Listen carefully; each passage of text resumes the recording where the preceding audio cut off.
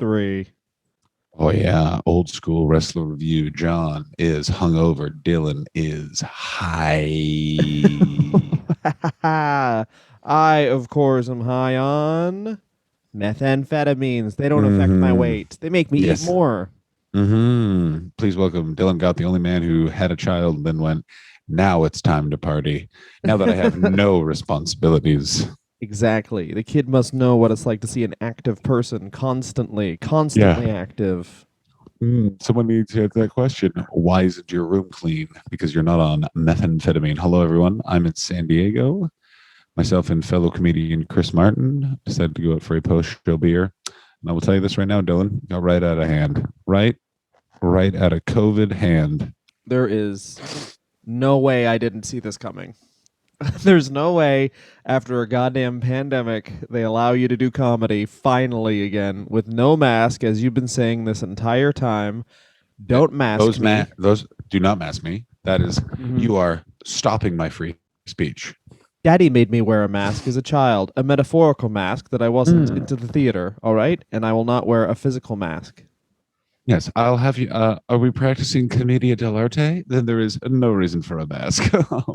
That's good stuff. Thank you. I, of course, am Dylan Gott. That is John Hastings. This week we Oh are no, talking no, about no, no, no, Cactus no, no. Jack. I drank so much last night, Dylan. My name's now Jack Daniels. That's a Harley race joke. Oh no. So we're not going to get all timers. Dylan, let's not talk about There you go. my diminishing ability to think and feel and know who my wife is. Let's talk about Mick Foley's. The reason why Mick Foley definitely is going to pass away younger, closer to age than in New Jack than anyone else. We're talking about Cactus Jack, yo. Also, I want to tell you, I've never felt more hungover in my life than giving that intro. Yeah, of course. You're old and you got drunk, and it's probably been a while since you got drunk, like happily. Actually, no, you're in LA, so you're around people all the time. It's not Canada where it's like, oh, it's a pandemic. That means you have to be inside in your hole too, Yes, alone in the hole. You that's can't what. fraternize while you're in the hole. Yeah, get in the hole and think about what you've done to yourself. We're talking about a man who lives in a hole for a bit. A man that was that once wrestled Tiger Jeet Singh inside a razor blade factory. AIDS Yep. razor blades. Whoa. Cactus Jack. Yeah. You didn't know 90s. they came pre covered in AIDS. It was a very weird factory Antonio Inoki opened. Okay, cool. That does seem like an Onita match. He's like, well, ostensibly this is just a regular match, but the blade we give you has hepatitis C.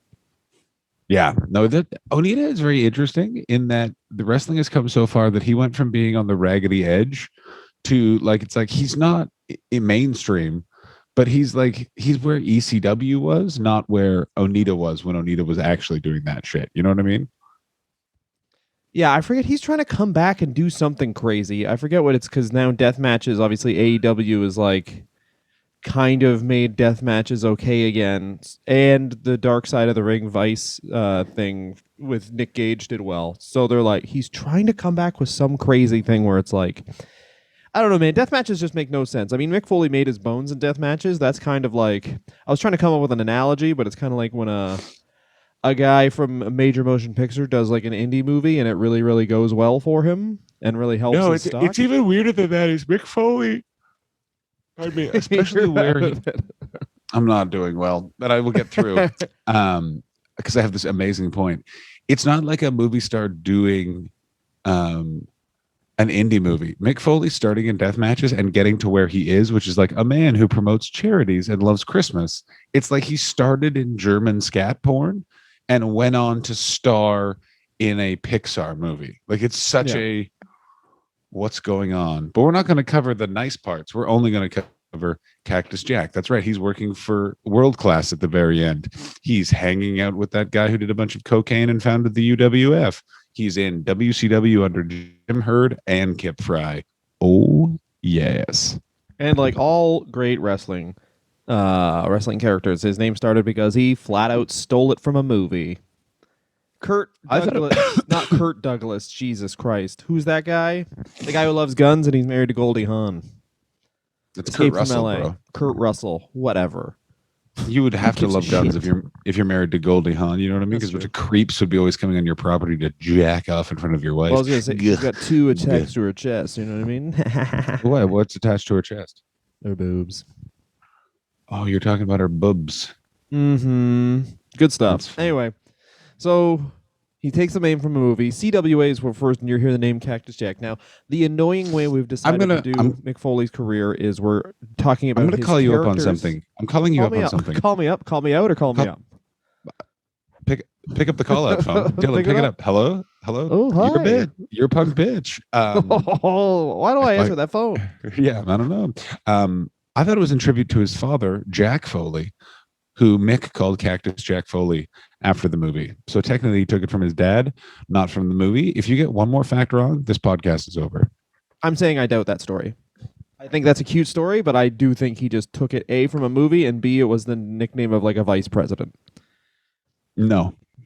There's no way it All was right. like, hey, you're the first person to ever be called Cactus Jack, Mick Foley's dad. I think that's what happened. I think Oh, all of okay. those. I think that all of those other things are based on Mick Foley's dad. Hey, there's a real estate agent in Long Island you remind me of, vice president. Pardon me, Mr. Vice President, but you remind me of and I'll have you know, Mick Foley's dad was a high school gym teacher. If you get what did you even do any research this week, Dylan? Or are you too busy pulling on your pud? Were you pud pulling instead of reading both of Mick Foley's books? Foley is good. Hardcore Diaries. Have a nice day. Is not official Mick Foley canon. Everyone knows Really? that. Why not? Because there's not enough weird, specific, creepy things that he has to say about Melina in that book. Well, I do like that the first book was like, here's my career up until winning the world title, which was a dream of mine. And then the second one was like, ooh, here's what's like coming back. And the third one was like, I guess TNA and my opinions on what women wear. Yeah, that's why the third one's the best. It focuses on the wrestling companies and in opinions everyone was waiting for. Just like my third book will be Oh my god. Mailboxes I Don't Like by Dylan Gott. I mean, if you guys haven't read Dylan's first book, gotta have it. It's phenomenal. All It's the a guide pages to come picking up women and syphilis. Yeah. Yeah, it's syphilis. Yeah, how to pick up a disease? How to pick up diseases that died out in the 1920s by Dylan Gott. So Dylan got we are doing Mick Foley in a very annoying way, and that we're doing the three faces of Mick Foley spaced out. So we've already done Dude Love, putting the sunglasses back on. That's much better. We've already done Dude Love. Now it's Cactus Jack. I would And say one four day, because it's going to be like Dude Love, right? We did Dude Love, yeah, Cactus Jack, I guess you're right. Mankind, Mankind, and and then Mick Foley, because Mick Foley's the sad one, because Mick Foley's the one where it's like, so Cactus Jack essentially, I didn't even realize this before we talked about it, but it's like Cactus Jack essentially is his career up until he WWE. makes it big. Yeah, Mankind. So this is like the fun part. yeah, this is the part where you're like, oh, this is where Mick Foley makes his bones. You know what I'm saying? Yeah. Basically, Mick Foley's career is amazing because he basically became famous within the industry because it was like, hey, you know that stuff you should never do? Well, this husky boy is doing it, and then listening to Christmas music and driving around. Yeah, and also like a lot of like, why does he do all these death matches? How does he get his name out there? It's like because he just wants money. Yeah, because and it's the weird thing about Mick Foley is that it's like, yeah, he's got a love of the game, but you know what the game he's playing? He's playing earn so much money he can retire at 33 or whatever it was. Yeah. Well, yeah. Never spend any money. I'll sleep in the car and just take the hotel money. Yeah, Dylan worked with him, and Dylan said that Mick Foley got paid half in cash, half in egg sandwiches. He only ate egg salad sandwiches from Tim Hortons because those were the cheapest ones. Sounds good, and they're the most delicious ones. Egg salad's not hard to fuck up. Mayonnaise, egg, salt.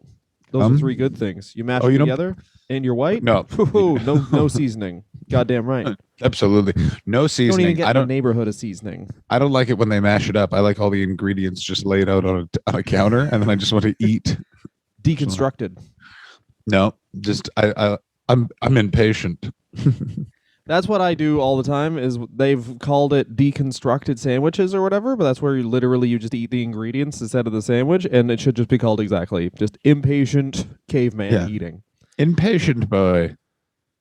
It's really deconstructed because I don't even open the bag. I just grab into the plastic and eat some of the plastic. All I'm doing is eating plastic. That's why I feel this way. Oh, really? Oh, yeah. Yeah. John's wasted off of eating plastic last night. Oh yeah. So he's in Gary Young. He debuts in CWA in Gary Young's Stud Stable, which Stud. That's what this podcast should These become. guys will fuck you. Yeah. These guys. By the way, here's why they're bad guys. They'll fucking not only will they fuck your wife, they'll get her fucking pregnant one shot, one. Exactly correct. Yeah. And they will be finishing that last beer you have in the fridge. Oh wait, those leftovers you were saving? Fuck you. They ate them. Just threw them out. I didn't even eat them. I just threw them out. You should know better than to eat noodles 2 days later. Fuck you. Guess what, Ted? I came over to your house. I petted your dog, and I got his leg going. You can't get your dog's leg going? Fuck you, Ted. Hey, Ted. That's what I think of you, Ted. That's good. That was our first filmed fart. Oh my God, that's the worst. This smart fart smells like turnips. Oh my word. For those of you, classic podcast, but John is also recording this next to a sleeping man, and with every part of me, I want the sleeping man to get up, not to the podcast, but because that fart smells so bad. I mean, if you think that two comedians on the road together who had a lot of draft beer haven't turned this room into basically just a draft beer. Yeah. Oh, fuck. Oh, yeah, buddy. It is. Oh, man. Good for you, though.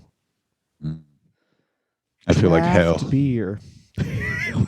Why are you drinking draft? Draft in England, though? Like, that's a thing.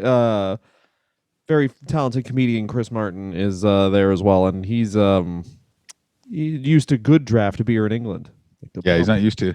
He's not used to. Yeah. We went to a place called Star Bar yesterday where a gentleman was drinking Courvoisier and kept asking and asked Chris about me. Is your friend floating? And then Chris just went, he's floating. What does that mean? I don't know, but I think either that guy was drunk or I was drunk. Either way, I'm floating, baby. All right. It's the year middle to late 80s. Mick Foley has been beaten up on television by the Dynamite Kid, and now he's in the Southern territories, making a name for himself as a lovely boy heel, just flipping over things and then landing on his head and not crying. Welcome to Mick Foley establishing himself. Yeah, some people make it in the 80s, and it's really the worst time for Mick Foley to make it because it's like the age of everyone just doing roids and not being good wrestlers. And if he did steroids, would probably still look weird and is a great wrestler. CWA he goes to. This is the fun part of Mick Foley's career where he just takes money. Like he's in the UWF as well with Herb Abrams, which is a great part in his book because it's like everyone else is mad about what this man is doing to wrestling. Like Herb Abrams is making a mockery of it, and Mick Foley's like, who cares? And then he just like loses a match to Herb Abrams. He's like, who gives a shit? This guy's paying us tons of money. It's even better. He's one of the guys who always gets paid by Herb Abrams. I should say that. This is the thing with Mick Foley is he's a very nice man, but then it seems like if you step out of line payment wise one time, you are getting Cactus Jack ECW promo, but with an actual gun on the table. The other thing I remember of the Herb He's also sober around drunk people, which we mentioned, but that is very important to stay sober around drunk people. That's a superpower when wrestling is, Yeah, if you're sober around drunk people, that means you remembering everything, and also you have a certain level of power because they just remember you being right because you were the sober guy when they were all drunk. That is very. Wait a minute, you knew how to one shot buy that pizza. This guy's a genius. Yeah. Wait a minute. You could drive your car and you're not concerned about it? You are a bad motherfucker. Mm-hmm. So yes, he takes the goddamn money in the UWF. He's of course in the late days of WCCW. He really gets a taster course of what being sad is. Yeah, but what's interesting is that clearly he's fueling Mick Foley. It's also that thing of he's the young guy around all these old guys. So it's also like his style, the Cactus Jack style, would really stand out because you're getting Bob Orton at the end of his career, Don Morocco at the end of what should have been their careers, and then they're going other places and talking about like, oh, UWF is fucking crazy. And like that guy was just wearing cocaine and then eating cowboy boots. Also, there was this young boy named Mick Foley, and his finishing move is that he just shits in the ring until it's blood and skeletons. Yes, and also he basically makes his bones as a jobber because he'll take the nesty plunge, Yes. which is he gets hit off the apron, dives back, smacks his head, and then curls up in a ball so the blood. And he does that every night for like weeks. It's so It's fucked insane. up. Yeah, It's because this also so is fucked up because in his book he talks about that so flip. He talks about more. He talks more about the girls he dated than that. Do you know what I'm saying? Like he's very flippant about the nesty plunge, but then is like, I was dating this girl. She had kids. Those kids made me buy them sodas when we went to a fast food place. I would have preferred if they got waters. that was the last date we went on because I don't spend $4 on nobody. Yeah. You don't need to spend money on drinks. Everyone knows that. I have a cachet of money I've allotted for my real kids, and ma'am, you will be not seeing that money. Yeah. And one of them I will force to work for the company I worked for years. Exactly. But at WCCW, he's billed as Cactus Jack Manson. I know, it's so weird. In Skandor Akbar's stable of just like, these guys are bad. Welcome, tired. it's me, Skandar Akbar. I have a voice that is clearly not my actual voice, but for some reason it is Skandar Akbar. Still mad at the Von Erichs. Hello, everyone. I forget why. My name is Skandor Akbar. I'm clearly an Italian man, but I pretend to be from a country I don't know about. I just love the all-around evil characters like Skandor I know. Akbar. You're just like, I ran out on a cab fare just now. Ha ha ha. Yeah. Evil. Usually when I go to a grocery store, I'll purchase up all of the about to be ripe avocados and all the ripe avocados. Skandor Akbar. I need money to buy all the PlayStation 5s in this area so I can destroy them. Ha ha ha. Skandar Akbar, now mayor of this town. Condoms required for all sex, including blowy Skandar Akbar. Condoms for married people, no condoms for unmarried people. Yes. Finish inside. I have people who monitor that type of thing. A lot of money, not much to do. It's too far with your Skandor Akbar. It's too far. Well, thanks, man. But he gets put into WCW because they notice, hey, this guy might fucking actually kill himself. Yeah, WCW is like, hey, we need someone to watch our television. And they're like, well, that guy might. And they're like, all right, well, let's hire him. He'll be on the television and then he'll watch the show. And they're like, cool. Welcome aboard, Mick Foley. It's fun to think of like how little they really paid attention to WCW in 1990.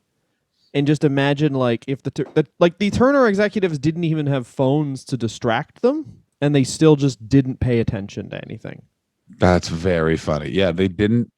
The Turner executives didn't want to know anything about that company, didn't want anything to do with that company, and you can really tell in that period they just didn't have anything to do with the company. Like they're like, why are you hiring? Because this is the Jim Cornette booking years. This is Jim Hurd, who was like hired because he like briefly was a producer of wrestling. And by the way, I think gave a shoot interview with Conrad Thompson that I watched a trailer of. And my God, has that man has aged so much better than any wrestler. Like I got news for him. Because all he does is like pizzas and he doesn't give a shit about shit. I guarantee he doesn't remember Jim Cornette and doesn't know why he's being yelled at all the time. I think there was like Kip Fry was another guy who he was a WCW executive, but there's these guys that Kip Fry was after Jim Hurd, and Kip Fry's thing was like, we'll just make it Hollywood. We'll do big cinematic production. Also, and this is why Mick Foley loved Kip Fry, everyone's getting a bonus. You're getting a bonus. You're getting a bonus. And so Mick Foley was like, I'll tell you why it's called Cactus Jack. Cactus are green. I like money. Mick Foley. Yeah, and this is finally he gets into WCW after years of just killing himself on the independents. And WCW also, the schedule is really light, and they'll let you still work indies, which comes up later. Yeah, he still works in like Mexico because he needs like a bassinet for his kid, and they're like, all right, and then he gets piss dumped on him. Great part of it. Wasn't that Puerto Rico? Puerto Rico seems like the place where they dump piss on. Sorry, it is Puerto Rico, yes. Yeah, if you he worked there, Bruiser Brody got murdered, and then he showed up, and he was like, "Hey, there's a spot open, isn't there?" Yeah, hey, I'll do it for half the blade. And he was just mopping up the blood. Just imagine like, that's done too. Pay me $15 for that. I'm the janitor. can you not pay me in knife wounds like you did with Bruiser Brody? That wasn't his payment. Oh, I think it. I think. Well, then why is he so happy being asleep? Did you hear I'm going to that? say this of making fun of anyone in wrestling, making fun of Mick Foley. This one is the hardest because I'm afraid he's going to hear it and then he'll think we're bad, rude boys. I'm sure he won't. You know what? You're 100% correct. No, Dylan, Mick are you going Foley to hears send it, it to that'd be him? crazy. Yeah. Also, I don't think we're making fun of him. Oh, wait, but we did. We just said he watched Bruiser Brody die and then was only. Yeah, what are you talking about? Ladies and gentlemen, please welcome Forgetful Dylan to the program, a new character that I hate, where Dylan doesn't remember that 30 seconds ago he intimated that his favorite wrestler was murdered and he flew to Puerto Rico to be like, well, I hear that this territory requires another bearded, long-haired wrestler. Well, the problem with Mick Foley is he is 6'4", and I think people forget that. Is like this guy is very big. Like if he came around now, he's another one of those guys where you don't think about it, but it's like his finisher would like be the choke slam, and he'd be a power guy. But he's Mick Foley. You keep saying that. I don't think Mick Foley would. You couldn't make the guy. He is the flattest ass. He can't be a power guy. He's just too big. No, Dylan, you're crazy. Everyone knows that a power wrestler has to have a defined ass. You think so? That's right. They have to have a lovely badonkadonk. That's where the power comes from. For the power slam, the strength is held in the cheeks. You think so? Well, look at Bradshaw. Bradshaw's got a flat ass. No, he doesn't. He has a pert, nice. Really? It's like Nicki Minaj back there. Exactly. It's hiding. It's subtle, Dylan. It's a subtle ass, but it's there. It's there for peeking at or whistling at or just thinking about. Ooh. So WCW. John Bradshaw Layfield, not a good man. Got a good ass. He's got a good ass. So Cactus Jack debuts in WCW. He attacks Sting. Yes, he does. And they really had a chance to make, because I remember as a kid hearing about Cactus Jack in WCW. Like I knew about these guys in WCW: Sting, Vader, Cactus Jack. Yes, no, absolutely. It was Cactus Jack was like, it was almost that thing of like, you just heard about him, then you saw him, and it was like that thing of like, oh my God, that's what, like, he looked like a bad guy henchman from a Saturday morning cartoon. Mm-hmm. So that's why it was the idea that they never got a Hulk Hogan Cactus Jack program is pretty crazy, because that would have been, it never would have worked, because Hogan would have been like, I don't know, brother, how about you take the Nestea plunge 11 times and then I just win the match without going to the ring? I feel like is what would have happened. But Hulk Hogan hits him with a big right hand, and then Cactus Jack stabs himself in the kidneys. Exactly, yeah. How do I sell this better? Yeah. I guess we're going the Brody way. Mick was heard to yell. But this is the thing, is like the way he gets over is so unique, because he gets over by not even just selling like Ric Flair does, but also like taking the moves and kind of relying on the fact that people do in the end know wrestling is fake, and they're like, okay, everything else was fake because like that guy drop kicked that guy, clearly that would never happen in a fight, but that fall was real. Yeah, exactly. Mick Foley is something that we've touched a lot on the program, is one of the masters of that. For 1 second, a wrestling fan can go, I know none of this is all predetermined nonsense. That guy, I understand this is nonsense. Yeah. I am aware you guys are up to tomfoolery. That said, me like very much. And in the Wrestler Review tradition, it's like, I just watched the Dark Side of the Ring on Nick Gage, which I don't know if you watched that. I haven't watched it yet. I was too busy hardying, but don't worry. You have basically created some sort of wall around my enjoyment, because in exactly 32 minutes, I will get back into that bed and I will watch the Dark Side of the Ring with Nick Gage and fall asleep. Can you spoon Chris Martin and make him watch it too? I can do you one better. I can, he can spoon me. Okay. And then while asleep, so you force him to spoon you. And he's And he's smaller than you, so it'll be weird. That's good. I'm gonna get in his bed, and he's gonna love backpack me, baby. But he starts in WCW, and it's really like all these early WCW guys, like Regal, like Austin. They're a victim of the constant changes in upper management. Because Ric Flair does not like Cactus Jack. No, of course not. Because like, if it was stand-up comedy, Ric Flair is Jerry Seinfeld, and Cactus Jack is like a fucking weird clown that just won the Edinburgh's Best Show award. Do you know what I mean? Like they're Do you think? so different in Yeah. terms of styles. Yeah, because Ric Well, Flair's that's like, what they. Ric Flair is what they. Ric Flair's the old skew, and then Cactus Jack is just the new skew. well, what's funny is Ric Flair got similar shit from young, like older guys, because it's like you shouldn't bump that much. You're telegraphing it. It's and then Mick Foley is the next evolution of that, which is you shouldn't do that as a bump because you just jumped out of a speeding car and landed on your spinal cord. You know what I'm saying? Stop running, stop diving out of a plane with no parachute and Yeah, just yeah, hitting yeah. the ground and yelling, "I can take it, I can take it." Yeah, stop just showing up at swimming pools, ordering everyone out, and then filling them with toasters and jumping in. Also, the thing is that Ric Flair, hilariously, and Mick Foley both got over for the same reason, which was they both just did crazy ass bumps, and then people remembered them, and then they became very popular. Yeah, and their psycho promos too. Yes, and their psycho promos, and also they, to make the world balance, they both have to exist in the same company because one is the least cheap person and one is the most cheap person. I do, and we will, I guess, get some closure on this in the. I guess we'll do Mick Foley final because that's the weirdest one, and we'll get to talk about when Mick Foley wrestled Ric Flair in a hardcore match in TNA, and the world cried. Yeah, and that was, I think, their last match for both of them. Of course, they're both immobile. Yeah, good. That's how I like my wrestling matches. I like it the best when it's really old wrestlers that I love, and they should have retired 10 years ago, and they're putting on the trunks. The trunks are blousing. It's my favorite. They're blousing. I mean, Mick Foley didn't wear trunks past almost this era. Yeah. Oh no, Mick Foley. Mick Foley definitely is one of those guys that was like, there's certain things I'm looking for in this world, and one of those is comfort. Yeah, the funny thing about Mick Foley once he makes it is most wrestlers are like, "Oh, I get to win all my matches now." Mick Foley's like, "I'm done with tights. It's on to sweats." Yeah. It's the thing is most wrestlers are like, I'm the world champion. Now I'm gonna be able to buy a house. Mick Foley's like, I'm the world champion. Now I'm really don't need to work out. I am done working out and I am done wearing not my own shirts because if I wear this shit on TV, I can write it off. Boom, written off everything I own. Can I drive my own car down to the ring? I want to write that off twice this year. Yeah, that's why he had those two other kids, is that he wanted to be able to say baby in a promo and then he could write off their entire childhood expenses.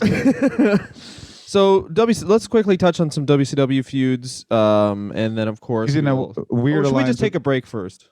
No, we can run through because it's good. We'll take a break right before the feud with Vader, which is, and we can do it quick, which is he's brought in as basically to be a lower level adversary for Sting. He's brought in with Abdullah the Butcher, and it's awesome. This is like the one highlight of WCW at this time is Sting is facing off against Rick Rude and the Dangerous Alliance, and then Lex Luger has brought in Abdullah and Cactus Jack just to fuck with him, and it really sets up Sting as like a conquering hero.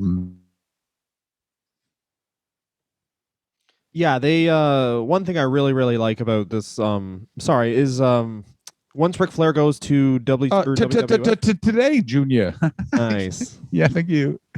Once Ric Flair goes to WWF, they really just not having him creates a vacuum for heels for Sting, and you get some new people, and everyone's like, "Ooh, new guys, thank God!" And then Ric Flair comes back and beats Vader immediately, which everyone loves because Ric Flair's great. But it's like at some point, like just don't have this guy anymore. I don't know. Like, and Ted Turner will never refuse Ric Flair, and you should never refuse. Obviously, if you view wrestling as a TV show, which all these executives do, it's like, why? Of course, your star of the show is Ric Flair, and of course, your star of the show then becomes Hulk Hogan. But it's not a TV show; it's TV and sports. So you need new stars, otherwise, it stops being believable. It's very funny, that you've actually hit very much on to what was WCW's underlying problem under Turner, which is basically they're like, we have one star, and they pick it, and then they build everything around it, and then when that person leaves, doesn't show up, just wants to take a day off, they're like, I don't know what to do. Well, it's this thing where it's like, they viewing it as a television property, Where, of course, like if you have a TV show, I think I've said this before, but like if you have a TV show and then Sylvester Stallone joins the cast, like the star is now Sylvester Stallone. But if you're presenting it as like a sports property every single week, you can't have Sylvester Stallone be the star because he's a fucking 68-year-old man. Yes, You need absolutely to correct. have young guys. He's also a boxer, not a wrestler. It wouldn't make any sense. That's totally true. Yeah, everyone knows that. Sylvester Stallone actually is a bad example because I do believe Sylvester Stallone would take a year's worth of steroids each week just so he was cyborg strong and could do whatever the Young Bucks did. Absolutely, because the thing you have to remember about Sylvester Stallone, starving to death, appearing in softcore pornos, and they're like, all you have to do is sign this piece of paper and we will make your script Rocky. You just won't be in it. And that man believed in himself so much. He's like, no, you got to let me be in it because the world needs an actor that cannot talk and who will also, for some reason, age in a way where it looks like he's always wearing mascara. And he won the Oscar for Rocky in the only case of a man being illiterate. For writing. Exactly, Yeah. though. But like the only illiterate man to win an Oscar. Do you want to know how that he got a meeting with MGM for that script? This is I find this fascinating. Executive wanted their toilet. Executive wanted a boxing movie and got a stack of boxing movie scripts and was reading Rocky and like all the other boxing movie scripts. And then he evidently was just like, why in this boxing movie is there 3 pages of him talking about turtles and talking to his turtles? Bring this man to me. I need to meet this moron. And then Sylvester Stallone charmed him. That's good stuff. It is very good stuff. Yes. So it's 91 WCW. They're using that weird background. Cactus Jack keeps making rah, rah, rah noises. He is in that match inside a steel cage that has an electric chair on it. He keeps yelling bang, bang. It's wonderful stuff. Yeah, and he's really for 2 years he's a heel. Then they kind of put him down. Is this his tag team with Max Payne? Was that 94? I think that's his second. That's his sort of second run because he like pops off. He takes a break. He takes a little break and then he comes back. Yeah, because Max Payne is towards the end when he's then going to WCW and the like. But he's introducing like the idea of actual hardcore wrestling, and he's doing it in a very subtle, small way because he's at this point he's now starting to go to Japan. He's met Terry Funk. Terry Funk, Cactus, what you got to do here in Japan is just to get killed and then be brought back to life by some sort of witch. Every time I close my eyes, I can hear the screams of all the children I've ignored, Mick, but we're going to make $1,100 tonight, so we better get to it. Yeah, that's the interesting thing about watching all those old death matches. Like, wow, Cactus Jack versus Terry Funk. What a crazy match. And then you look in the crowd, you're like, I don't know how they made any money on this. And Onita must have just been like, no, I'm not in it for the money. I'm in it to see men in pain. Yeah. That's how Onita pitched it to the bank. I'm just trying to get a bunch of people to hurt themselves so I can watch. Can I have $1 million? I bring over a bunch of guys from America, and then they get, hear me out here, extremely hurt by me. What do you think? I like it. Yeah, you had me at hurt. He just shows WCW, and he's like, that guy, I want to stab that guy. Yeah, I want to hurt him, and I want to hurt him.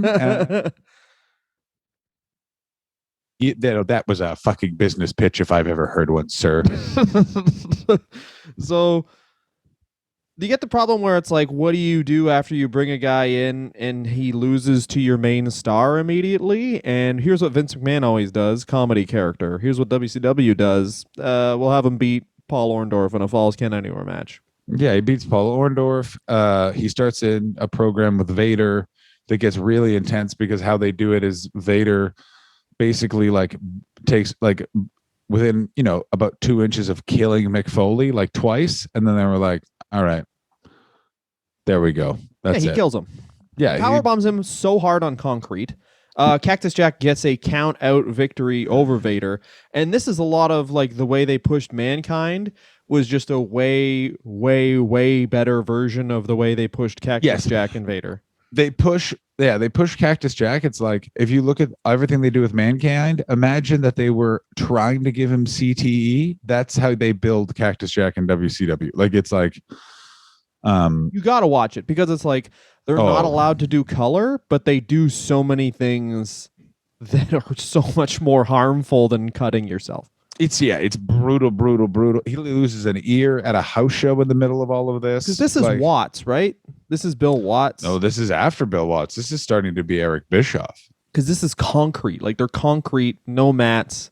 Or no, because the power bomb Vader does, which is insane, by the way, if you watch it. He pulls the mats back, power bombs him on concrete, and you hear his head.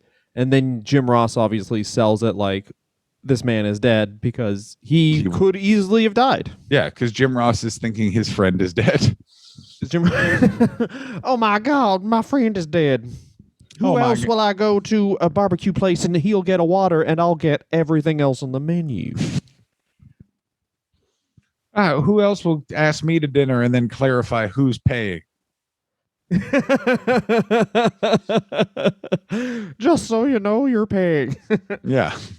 You got to pick the restaurant, Jim, so you're paying. I don't know why Terry Funk's there too. Oh, this is the part where so they powerbomb him on concrete. What would you do after that, John? What would you do after that angle? I would do a bunch of comedy vignettes involving a little person called, what was the little person called? Like Sneaky Pete or something, and then I'd have him blow up a boat. That's what they do. Instead of just being like, wow, this guy got murdered, he came back and he's still fighting strong. That's literally like they did the Hell in the Cell angle. They throw Foley off the top of the cell, and then afterwards it's like, now he has a friend that only he can talk to. Yeah. No, it would be like if at the end of the Hell in the Cell angle, to revive Mick Foley, they had Too Cool come out and dance, and then Mick Foley like started dancing. Yeah, it started. That would be good though. That you just made it way better.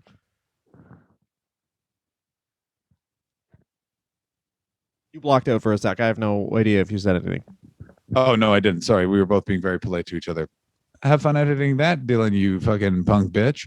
And then also ECW and WCW start co-promoting for some reason. I still can't figure out why they did this. I think it was to settle some sort of lawsuit, but no one knows what it was. What lawsuit or why?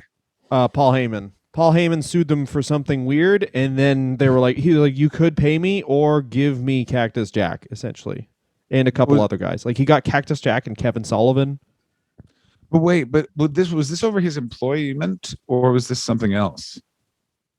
I'm sure it was something very lawyery that his dad came up with, where it was like, here's something you can sue a major corporation for, and they will have no want to take it to court at all. Well, it was racism is how Cactus Jack got it. Is he was like, Bill Watts is an anti-Semite and he was discriminatory against me. And the WCW lawyers for Turner were like, what was that name? And he was like, Bill Watts. And they were like, you're right. Yep. What would you like? Okay. Well, what proof do you have of that? He wrote it on all my checks. I do not like you. You are a Jewish man.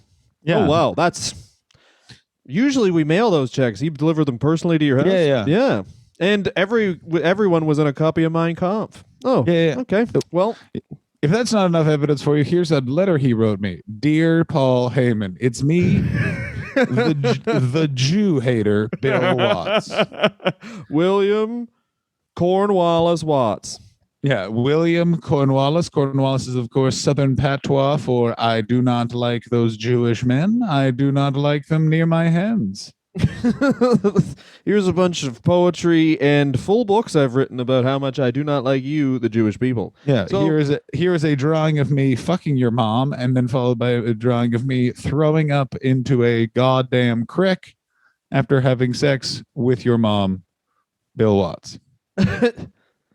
So here's the fucking thing we're gonna fucking do. We're gonna fucking. Oh my god, the swearing is so turning me on. Shit, fuck. Oh, Dylan, no, I could barely contain myself. Come. All right, we're going to take a break, and then we're going to come back and talk about after. It was during a feud, not after their official feud, when they have a match, and Mick Foley gets his ear ripped off, and they still are like, we're good. We're not going to promote this guy. Yeah. It might be a bit weird if we promote that, so how about you just leave? Icky, icky, sticky, dicky. Bye bye. Come back after the break. See if I'm still hungover. I will be. Oh yeah. For those who don't know what we were talking about at the break, Dylan just to let me know that we weren't be editing anything. So I just want to let you know all of the things I've said in the previous portion of this episode. Dylan made me do it. Dylan made me do it. John Hastings still with his fucking sick ass fucking nail polish on. Bam. 1994. Let's do this. No shirts, no sleeves. Should I just get, you know what? Actually, John, you say something about so you say something about Mick Foley. I'm gonna fucking take my shirt off too. Fuck yeah, bro. So it's 1994 Mick Foley. Oh yeah, this is gonna be hot. For those of you listening at home, Dylan is currently taking off his Krusty Burger shirt, and I assume is about to unveil.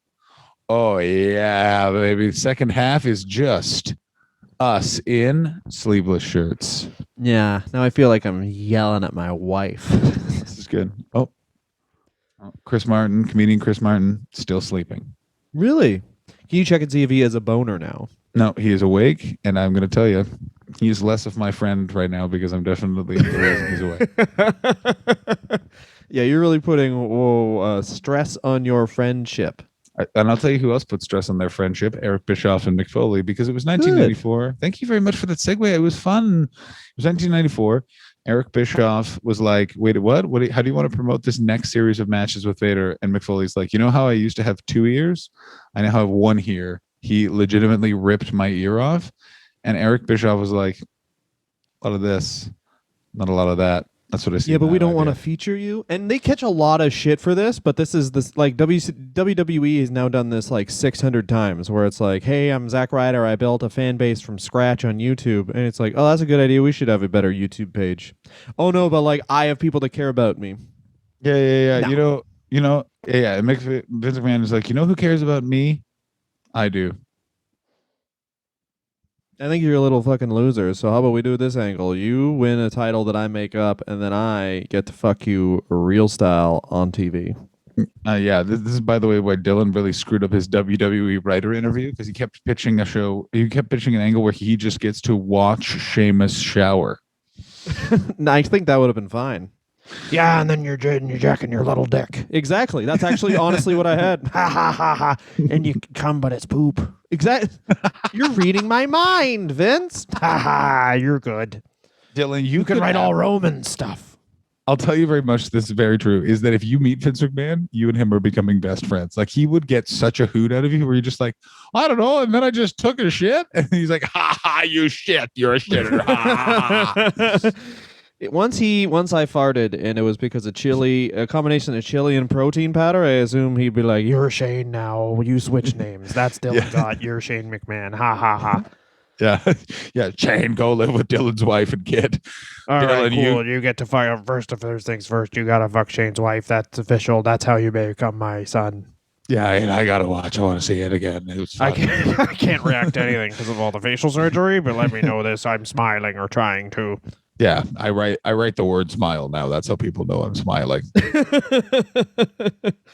So they do put them into like Texas death matches, and around this time they also have that Nasty Boys match. Oh my god! If you haven't seen the match where it's a Chicago street fight where they put Max Payne and Cactus Jack after they of course killed Cactus Jack when they had a chance to make him a really good face, they kill him. They put him in with Max Payne, where it's like, hey, this guy has almost killed himself on behalf of Max Payne, by the way, I always think he might be Max Payne to Dylan, but to me, he's always going to be Man, Mountain, Rock. Yes, and they literally try the exact same bad character in the WWF and WCW with him. It's pretty good. Where he's like, oh, thank God I'm in the WWF. They're like, all right, how about this? You love Rock. Yeah. He's like, well, I did that in WCW and it sucked. Yeah, we don't like you. Yeah. But here you're going to have a guitar shaped like our logo.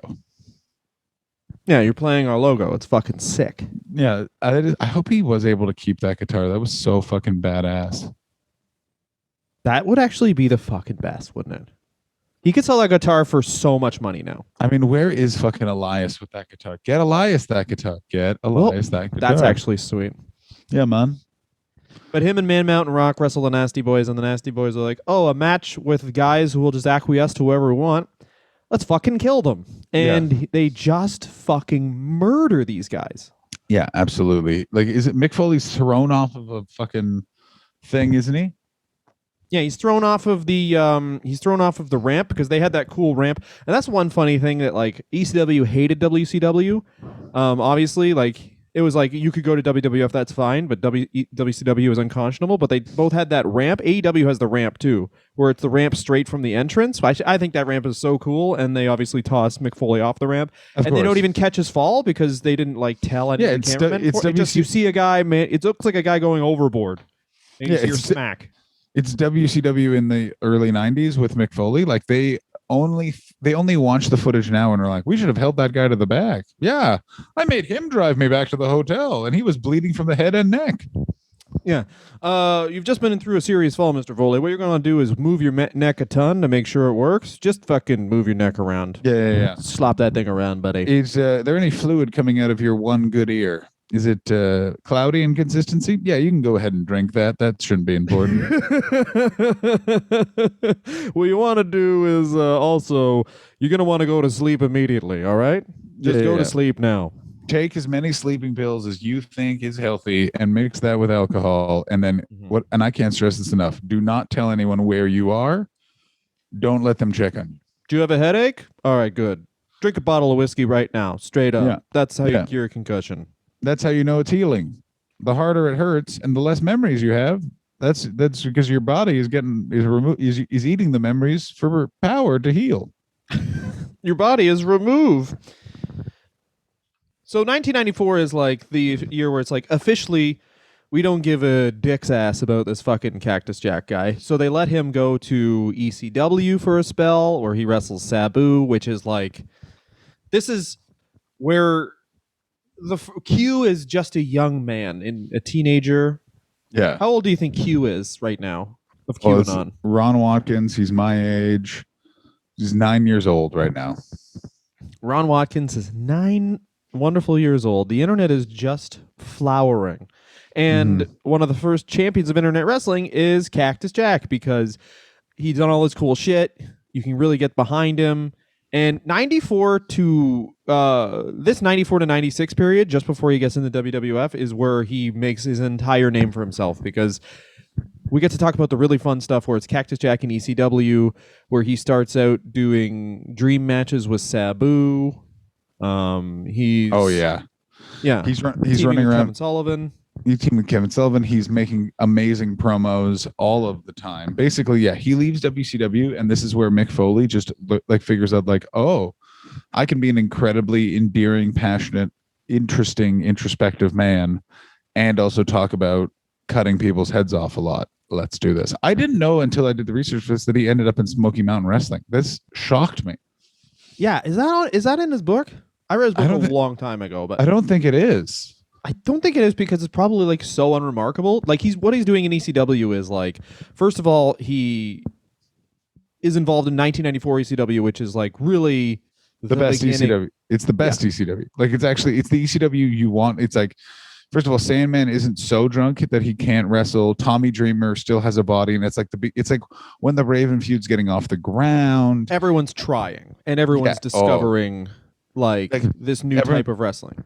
Everyone's discovering a new type of wrestling, and all the wrestlers are just discovering pain pills. So you've got like 2 to 3 years before it's just like, let's watch ECW. Oh my God, it's a Justin Incredible versus Sandman in a we both took Percodan match. They're pissing themselves. They're pissing. 1995 ECW, of course, where Cactus Jack is doing just trying to get back into WCW was great. Oh yeah, it's very good. Uncle Eric that's the shirt I want them to Pro Wrestling Tees to make the most, which is just his weird airbrush drawing of Eric Bischoff. That's something that would really, really do well in any other company now, is if like some character was just like Kurt Hawkins in Impact Wrestling. He's just whole character was he wants to get back into WWE. I mean, I'm not surprised I'm surprised they haven't actually done that. If they did that character in AEW, people would lose their shit. This is the thing where it's like they take all these weird things from ECW, most companies do, but no one's really taken this of just openly being like, this place sucks. I want to go to the other place. Yeah. But I guess no And promotion since this has been as over as ECW, like without question. yeah, because no promotion also was what you were tuning into. Like it's that sort of the problem with ECW at a certain point is the fans were literally they were tuning in to watch the whole thing. It's weird. Yeah. Yeah, it kind of had to die because there was only so many times you could tune in to just see ECW things. Yeah, because the thing is ECW things also got incorporated into other more mainstream wrestling companies and stuff like that. So it becomes that sort of thing of it was original and amazing and different 2 years ago, but by the time you hit 97 and 98 in ECW, you're like, I could watch this, or I could watch this being done by a better person in the WWF. You know what I'm saying? I mean, to distract from that, but like, I don't know, Rob Van Dam, like the way they presented Rob Van Dam in ECW is still, I think, one of the most unique. But Rob Van Dam got injured for over a year. And also, besides Jerry Lynn and Rhino, like they ran out of opponents for him. Where it was like towards the end, it was like it's a Rob Van Dam and Jerry Lynn in a this match is the entire card match. They're gonna take a break and get super stoned and do it again match. I know, but like what I'm saying is the way they pushed Rob Van Dam was like you didn't even need another wrestler. The match against him and Scotty Anton, I think, is one of the most awesome promotional things I've ever seen because it's like. It's not even Rob Van Dam. Is Rob Van Dam going to win? It was, hey, what's the Van Terminator? You're going to see this cool move. And in the age of social media, that would be even more insane because it'd just be like previews of him like starting to do the move and be like, what the fuck is he going to do, man? Who knows? I mean, I said it before and I'll say it again. The Van Terminator may have been innovated by Rob Van Dam, but it was perfected by Shane McMahon. Yes, it was. I think we can all agree. Shane McMahon, especially when he broke Test's foot because he couldn't make it all the way across the ring because he was too fat. It's very good. Test was holding a garbage can and still just was like, okay, I'll just put my feet all the way across the ring, and essentially he just jumped over the rope. I mean, Shane McMahon, he hit some of them good, but mostly not good. He hit the one on Vince pretty good. I just also hate that they call it, what, coast to coast, or it's in stereo. Yeah, that's dope. There's also the great Cactus Jack match where in 95 WCW or ECW, sorry, where Sandman's knocked unconscious and then he keeps on kicking out and he got hit. Foley has to knock him completely out to try and end the match and it just doesn't work. It's great. Yeah, there's that. There's also the match between him and Terry Funk in ECW, which a fan got lit on fire. This is the chairs. The chairs being thrown in the ring was Terry Funk was. Chairs being thrown in the ring was Terry Funk and Cactus. I need a chair against Public Enemy. Like, this is the thing. This is ECW in 94 was so good it carried ECW until the year 2000. Yeah, and 95 you get the Kane Dewey promo, of course, where it's like he's the first guy to turn on ECW and be like, this kind of wrestling is fucking stupid, which is crazy because while he's doing these promos of like, I cannot believe you would say that about my son. This type of wrestling is disgusting. I want to go back to WCW and make money and be safe.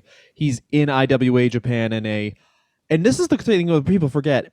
Not only the exploding ring death matches, but like a bed of nails match. Oh, he's in so much like, and a part of it is like a part of that book. His first book is like how to. He's like, well, the key with taking the bed of nails is. Yeah. Well, it's also there's the box of glass is the other like it's so much stuff in that where you're like, sir, what are you doing, sir? If you like death matches, insane. It's like I don't like them. I find them I'm very uncomfortable. It's also like it's also Tiger Jeet Singh's just bringing a sword to the ring and just actually and never has to do anything because he knows the Yakuza so well. Yeah, he's just actually stabbing people. Like, it's so crazy. Like, isn't one of the like King of the Deathmatch tournaments like Terry Funk wins his match, but after his match, Tiger Jeet Singh just stabs him with a sword? Like, you're just like, what? That's his Goldberg getting his heat back. It's not the spear. It's like, I get to stab you. Yeah, that's his Mean Gene Okerlund getting his heat back. Mean Gene Okerlund actually came up with a lot of the stuff Onita did. Yeah. No, that entire company was actually bankrolled by Mean Gene Okerlund, who there was a flood and he lost a bunch of the evidence of his work, so he just needed to restock his collection. And he went, this is a way to do it. Yeah, Onita found Mean Gene's journal and made a professional wrestling company. Mm-hmm. Dylan just got a text from me. It says, my dong is huge. No, this is actually a super sick phone, though. Look at that. Was it 3 cameras? Yeah, it's the new Samsung. This thing is really good. It really is very good at taking pictures of me with various things in front of my genitals. That's cool. So obviously IWA Japan, this is where he makes his bones, where it's like some people do. This is the weird thing about in the grand scheme of things. Some people do death matches for years and are just like whatever, but Cactus Jack gets to do them for 2 years and makes an entire career off them. Can he walk? No. No. But I honestly think that the WCW doing the Nestea plunge and the fucking Nasty Boys throwing him out of sight onto concrete, all these things contributed far more to him not being able to walk than these death matches did, because death matches are more about just getting cut and maimed than it is actually hurting your body. Yeah, the reason why he has like weird marks all over his arms and legs, and probably doesn't have like hair that grows in patchy, is because of his time working for Onita. The fact that his hips make a grinding noise, that responsibility is on the doorstep of one Mark Calloway. Yes, and also the point that a lot of these 90s guys and 80s guys make, where it's like, yes, we did crazy stuff in death matches in the mid 90s, but like we did them in front of stadiums and we got paid like thousands and thousands of dollars. It's not like, hey, we found some guy's backyard in the middle of Texas. They're going to let us stab each other. This is one thing that I always think about wrestling, especially as like a stand-up comedian that's also struggled, is like sometimes when they're like, I was really struggling. I was only making $80,000 a year. Is like, that is not struggling. Like you are making well above the median income, and like it's just that funny thing about wrestlers where it's like it's that weird thing where it's like, well, because like one of their peers is making $8 million a year, they're like, I'm a loser. It's like, it's all comparative. I do think about myself sometime where it's like, man, I'm doing still pretty good. All right, but also we don't have ancillary costs like.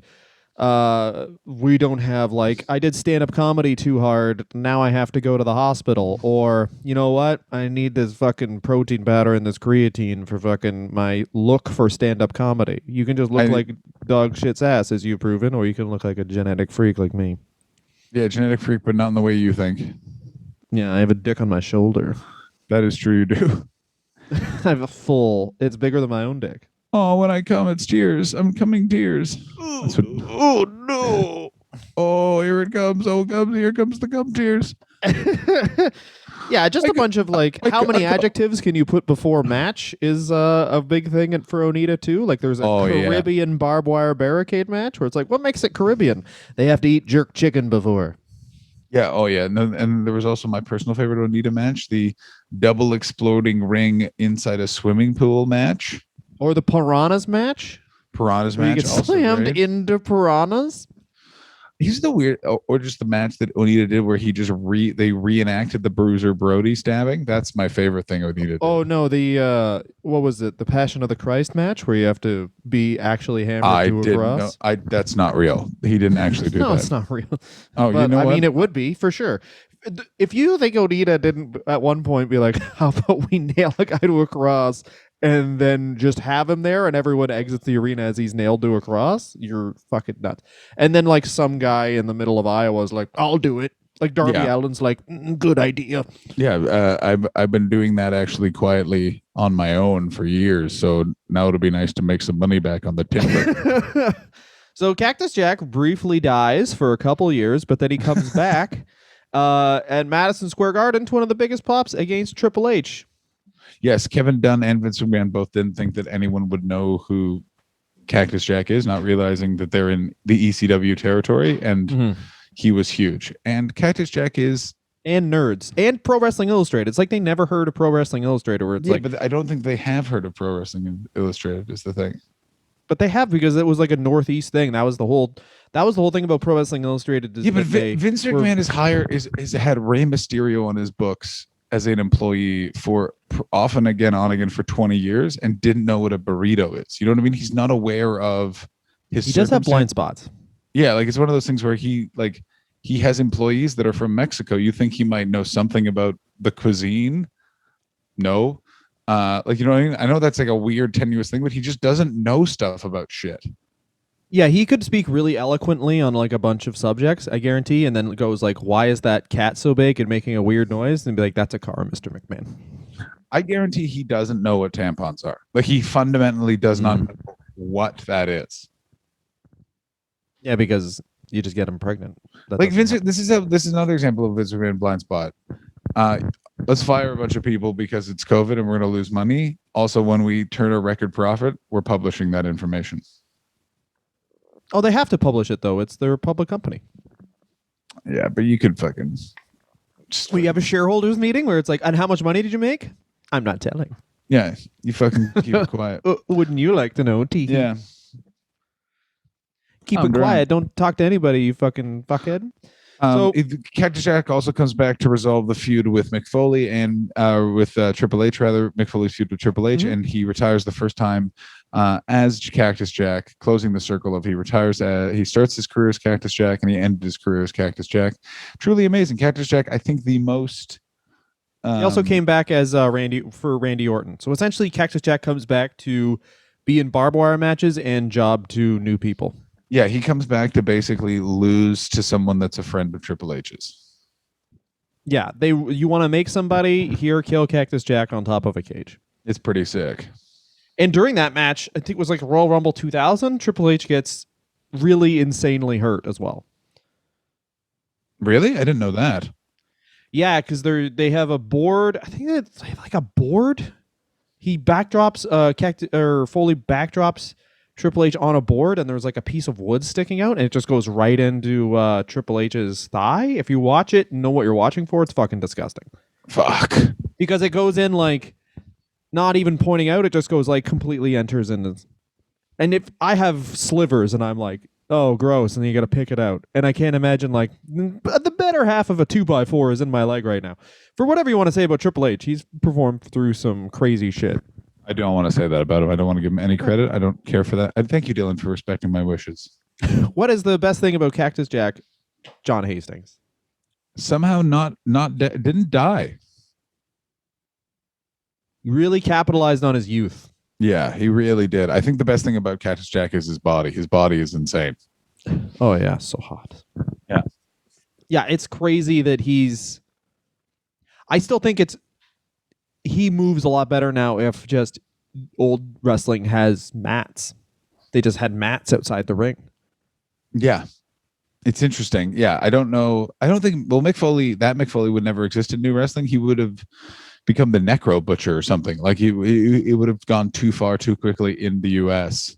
His promos are what sets him apart though, because I always thought Necro Butcher was a great wrestler. Like, just I loved his name. I loved like the way he came out to the ring. Was like wrestling death matches without shoes is just such a fucking crazy small thing. He totally looked like a member of a fucking crazy cult, but he couldn't do promos and he wasn't very athletic. And for what I even want to say about Mick Foley, like, is he athletic? Like very athletic? Sorry, no, but he's deceptively athletic. Like he did.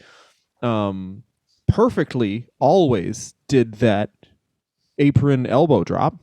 Yeah, no, he weirdly the clothesline out of the ring. He always did well. You can tell Mick Foley was a student athlete. Like he played lacrosse. Yeah. He has some acumen when it comes to that. His victim was just like he's one of those people who's an unassuming athlete because although he is a big guy, like you said, he's just got a weird body. Yeah, he's just got a like. All the trainers at the WWF always talked about it, where it's basically like it was like clay, like he could just bounce, like he doesn't get hurt the same way.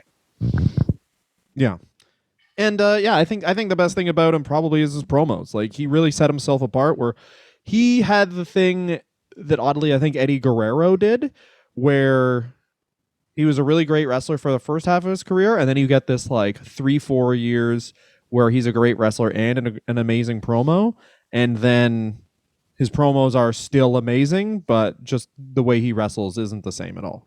It's spectacular, yeah. And it's also, he does that same thing that Eddie Guerrero also very cleverly does, and a few other. John Cena actually has become very good at that, is that like Mick Foley knows that he's playing off of his own reputation, so he just does enough as his career goes later on to remind you who he was.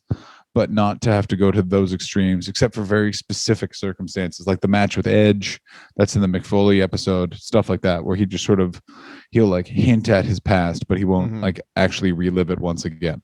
Yeah, and I guess the worst thing about Cactus Jack is, I mean, you can't really say it's a worst thing because the elements of Cactus Jack obviously are really huge in the Mankind character. When he is the Mick Foley character, he's just like a stately old man who used to stab people, and oh, that's my past. Cactus Jack's just my past. It's like Cactus Jack is like his time in prison as this psychopath, and he's like trained himself out of it. But it's really his time in ECW really, really helped him like try new things in wrestling, and I think that was really, really important. I guess the worst thing is like just that they, you know what? I don't think the worst thing is because if he doesn't get ignored in WCW in 1991, then he's just kind of this weird WCW main eventer who's around to job to Hulk Hogan in 1996. Yeah, no, you're 100% correct. So no, everything worked out like perfectly. Like, because there's no, if him, Stone Cold Steve Austin, like if they make Stunning Steve Austin, it's a lot like if they push Cactus Jack, where it's like we don't get Stone Cold if Stunning Steve is successful. Yeah, absolutely. They're both guys that couldn't, for them to get how big they get in the very late 90s, you're 100%. If they had gone any further in WCW, it wouldn't have worked because they would have been too associated with the other characters. I would say for me, the worst thing about Mick Foley or Cactus Jack would be the fact that he would get very wounded and burnt and then fly coach back from Japan to oh yeah, because he was too cheap to fly first class. Good for him. Yeah, or like just too cheap to get medical care in Japan. Just tape it together. I like Dr. Lowenstein in Connecticut. That is crazy. To fly with like maybe blood clots, where it's like, if I die, I die, but I'm not spending $1 more than $6. The water bottles are so expensive at the Tokyo airport. Let's go to Newark. He just drank a bunch from the tap at home. I won't have to drink any water on the plane now. I'm good. I'll just drink it from the hose when I get back to Dewey and Noel. Yeah, I guess the worst thing is just the Nesty plunge. Yeah, probably. Yeah. And, took away from his life and his sorry, I shouldn't say not his life, but his standard of living way more than anything else, because it's just cumulative and doing it over and over and over again. It's like boxing versus a lot of the boxing versus UFC stuff, where it's like all the UFC fighters have limps and look crazy because they have to do grappling and sparring, but boxers just can't talk because they spar every day. Yeah, that's the thing. Yeah, boxing. Well, that's the thing with any sort of head trauma sport, is that it's just, you can see who is really talented in their 20s and 30s, because by the time they get to their 60s and 70s, they are sad to speak to. Sad. Or your guy like George Chuvalo, where you get hit in the head every day and you still speak eloquently, for you, of course. Yeah, again, exactly. There's a sliding scale. You know what I mean? Like George Foreman really proved that if you take 20 years off boxing, you have a really nice rest of your life. But only the grill man can figure that out. The grill man, George Foreman. So that's fucking it for this goddamn week, you fuckers. Can't believe we made it through. Dylan, did I come across super messed up? You know what? I really like this because this was like this felt like doing a podcast when we lived in England, where one of us was just still fucked and the other one was like, I just didn't get fucked up last night, and gets to judge the other one. And what do you think? Being on the other side of this is really illuminating, John. It was good. Usually I was the one who was exhausted and still hammered. Yeah, you really partied. There were some episodes early on where I was legitimately still on drugs. Oh, yeah. The Donald Trump episode that we did the day after he is elected, we're both violently, like we were in the throes of alcohol poisoning. Oh, yeah. I stayed up all night doing Class A's and watching The Apprentice. I didn't think that guy was going to get in. Turns out, Nazis, some people agree. Yeah. Next week, let's do Sheamus, the guy I drew in the nude. Oh, yeah, let's go watch. Yeah, Sheamus. A man, I don't know why, but for some reason, Sheamus considered a dick, but wrestlers won't say it out loud. Weird 14 years this guy's been doing the exact same things. I don't even know if he has a shoot interview because he's been so... No, he doesn't. Close to the WWE system. People can shoot. People shoot about him, but he has no shoot promo. But ladies and gentlemen, come back next week. We will do Sheamus. I will not be hungover. Dylan Gott will be revealing the fact that he's now hosting Last Week Tonight. Yeah, I'm hosting Last Week Tonight. I took John Oliver's job. Thanks so much for listening, guys. You can get us on Patreon, patreon.com/wrestler review, Twitter and Instagram @wrestler review. You can get goddamn t-shirts. That link is on our bio on Twitter and Instagram and Facebook. Redbubble /people for some reason /wrestler review. You can get a fucking shower curtain with Mean Gene on it for some goddamn reason. Thanks so much for listening. Booyah, booyah, booyah. YOLO. Bye-bye.